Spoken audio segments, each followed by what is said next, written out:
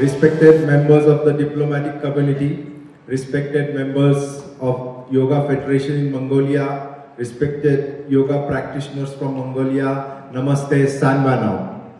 Эрхэм хүндэт Улсмал байгууллагын төлөөлөгчид, Монголын йогчдын холбооны гишүүд, йогоор хичээллэгсэд амт нөхдөө сайн байцгаана уу? I convey my best wishes on the International Day of Yoga to all yoga enthusiasts here. The atmosphere, energy and experience from yoga can be felt in Ulaanbaatar, Mongolia. This is the 10th anniversary of the International Yoga Day. A record 177 countries had endorsed India's proposal in the UN for the Yoga Day in 2014. Өнөөдөр хүрэлцэн ирсэн йогчдоо олон улсын йогийн өдрийн мэндийг дэвшүүлье. Монгол улсын нийслэл Улаанбаатар хот йогийн уур амьсгал, эрч хүч, энергиэр дүүрэн байна. Энэ жил олон улсын йогийн өдрийг 10 дахь удаадаа тэмдэглэж байгаа бөгөөд 2014 он нэгдсэн үндэсний байгууллагын хуралдаан дээр 6 сарын 21-ний өдрийг олон улсын йогийн өдөр болгон тэмдэглэх эмтгэгийн санаачлалыг 177 улс орн дэмжсэн билээ. Yoga's utility is also been recognized by the people around the world. Yoga has become a part of daily life of many people in Ulaanbaatar. I am happy to inform you that during his address to the nation yesterday on the occasion of Yoga Day, Prime Minister of India Shri Narendra Modi ji mentioned that the Mongolian Yoga Foundation is running many yoga schools. It is a proud moment for all of us present here. Last month, the yoga festival organized by the Mongolian Yoga Federation was a great success, and I was happy to see the great enthusiasm of the people there. Йогийн ашиг тусыг дэлхийд даяар хүмүүс хүлээн зөвшөөрч байна. Йог нь Улаанбаатарчуудын өдөр тутмын амьдралын нэг хэсэг болжээ. Энэтхэгийн ерөнхий сайд Нарендра Моди өчигдөр йогийн өдрийг тохиолдуулан ард түмэндээ хамдан үг хэлэхдээ Монголын йогчтой холбооны харьяа йогийн олон сургууль ажилтныг дурдсаныг дуулахад таатай байна. Энэ бол бидний бүгдийн бахархах амжилт юм. Өнгөрсөн сард Монголын йогчтой холбооноос зохион байгуулсан йогийн фестивал маш амжилттай болж тэнд хүмүүс их урам зоригтой байсныг харахад би өөрөө баяртай байна. The number of people practicing yoga is growing worldwide, while its attraction is constantly on the rise. So far, 15 million German citizens have become yoga practitioners.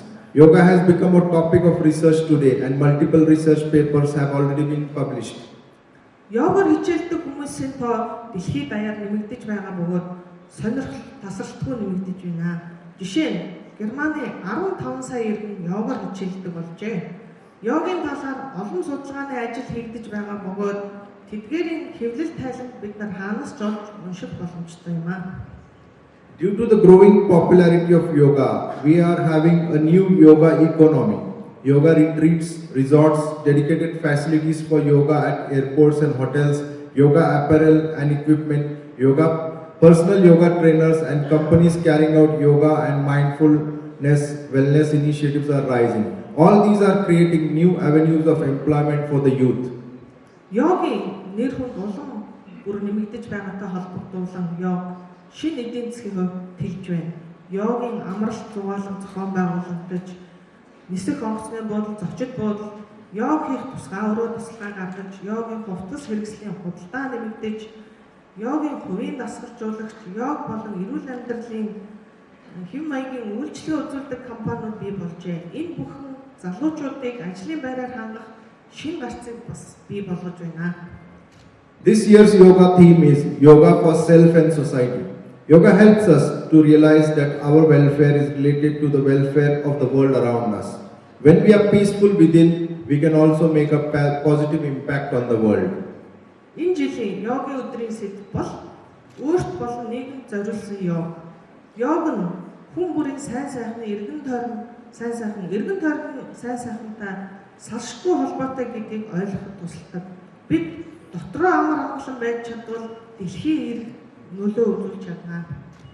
Yoga is being used in prisons to spread positive thoughts among the inmates.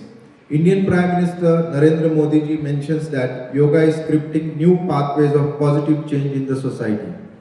Йогыг бас 20 ангиудад эхэлснээр хоригдлууд бас эерэг бодолтой болж эхэлжээ. Энэтхгийн ерөнхий сайд Нарендра Моди йог нь нийгэмд эерэг өөрчлөлтийн шин замыг бий болгож байна хэмээн хэлжээ.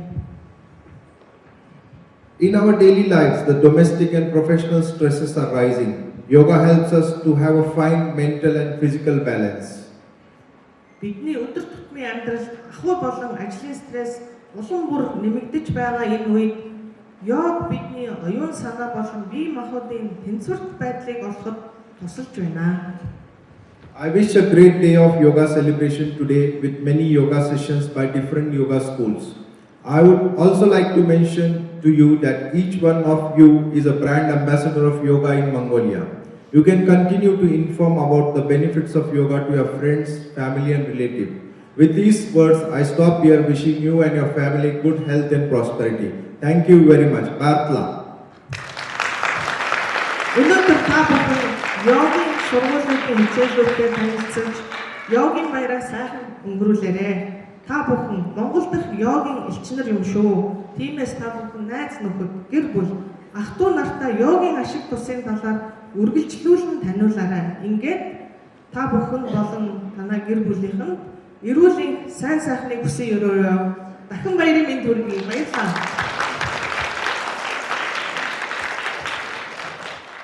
За өнөөдөр юуны өмнө хорон цугларсан эрхэм хүндэж очид йогчид, йогийн багш та бүхэндээ олон улсын йогийн халуун мэндийг хүргэж эрүүл ад жаргал хамгийн сайн сайхан бүхнийг хүсэж өрөөж мэдчихье. Yoga practitioners, Йог гэдэг бол өнөөдөр зөвхөн дасгал хөдөлгөөн биш юм аа. Йог гэдэг бол өнөөдөр дотоод мөн чанартайгаа учирдаг үнэхээр гайхалтай зам мөр юм. Бид нар энэ йогоор дамжуулж Монголын йогчтой холбооны үндсэн зорилго бол йогоор дамжуулж Монголынхаа хүмүүсийг эрүүл, аз жаргалтай, сайн сайхан, эрч хүчтэй, дотоод сэтгэлдээ нээсэн ийм хүмүүс болохын төлөө бидний гол зорилго байдаг. А бид нар 2014 онд Монголын йогчтой үүсгэн байгуулагдсан. Тэр цагаас эхлээд эндгийн элчин сайдын яамтай хамтарч энэ Монголын олон улсын йогийн өдрийг тэмдэглэсээр ирсэн юм аа.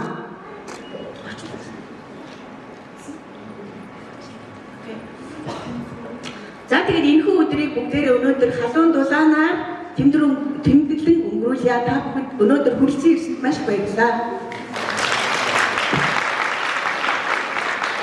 As the ambassador mentioned, that in 2014, India raised the flag of the International Day of Yoga, and we are very proud that here in Mongolia, we are carrying the tradition like 176 countries around the world, where yoga is one of the most popular forms of enhancing your lifestyle and well-being and living. За та бүхэн мэдж байгаа 2014 он Энэтхэг улсын санаачлагаар дэлхийн олон улсын йогийн өдрийг тэмдэглэхээр болсон. Энэхүү йогийн өдрийг дэлхийн даяараа олон улс тэмдэглэж өдөр тутмын амьдралынхаа хэв маягийг болгосон би бас баяртай байх юм аа. This year, apart from the theme, one of the themes is yoga for women's empowerment. Йог бас эмэгтэйчүүдийг хүчрхжүүлэх бас нэг хэлбэр. And as I can see in this room, most of the participants are women. Өнөөдөр оролцогчдын их гэн эмэгтэй юм гэдгийг би бас ажиглалаа. So I want to say that yoga is not just an exercise. As you know, yoga is a combination of the well-being of the body and the mind together. Yoga means to add the well-being of the body and the mind together to have wholesome and holistic well-being and a very healthy lifestyle. Йог бол дасгаллаас гадна бас хүний амьдралын зөв амьдралын хэв маяг тэр нь болохоор оюун санаа хүний бие махбодын тэнцвэрийг олдог тийм ич хиттэй йог асгал амьдралын хэв маяг гэж хэлж байна. I'm very pleased that with the leadership of Ambassador Atul Gotsurve, we are enjoying this wonderful day here today with so many yoga schools in Mongolia.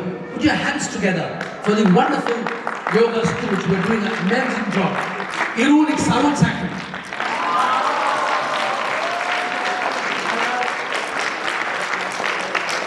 Бүх багшлах сургуультай баяр хүргье. Өнөөдрийн арга хэмжээ зохион байгуулж байгаа элчин сайд Атул Гоцүрвэд бас талархал илэрхийлье. Эндхийн элчин сайдын яамныхантайгаа хамт тэгээд та бүхэндээ эрүүлэг сайн сайхныг дэлгэрж байх болтугай гэж өрөөё.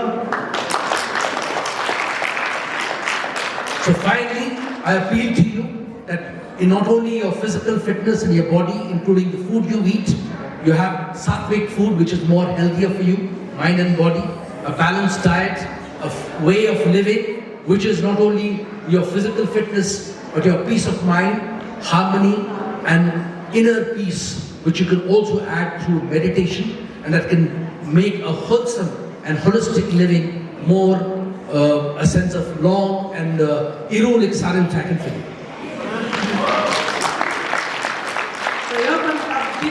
Хичээлээд олон хүмүүсийг араасаа уриалсан дуудаж байгаа энэхүү гайхамшиг маань биднийг эрүүл биетэй, саруул ухаантай тийм ээ зөв хооллож, зөв амьдарч байх энэ үндсийг тавьж байгаа маа. Тийм болохоор та бүхэн эрүүл саруул сайхан гэсэн. Сайн сайхны хүсийг, амжилт хүсийг өдрийг сайхан өнгөрөөрэй. Маш их баярлалаа.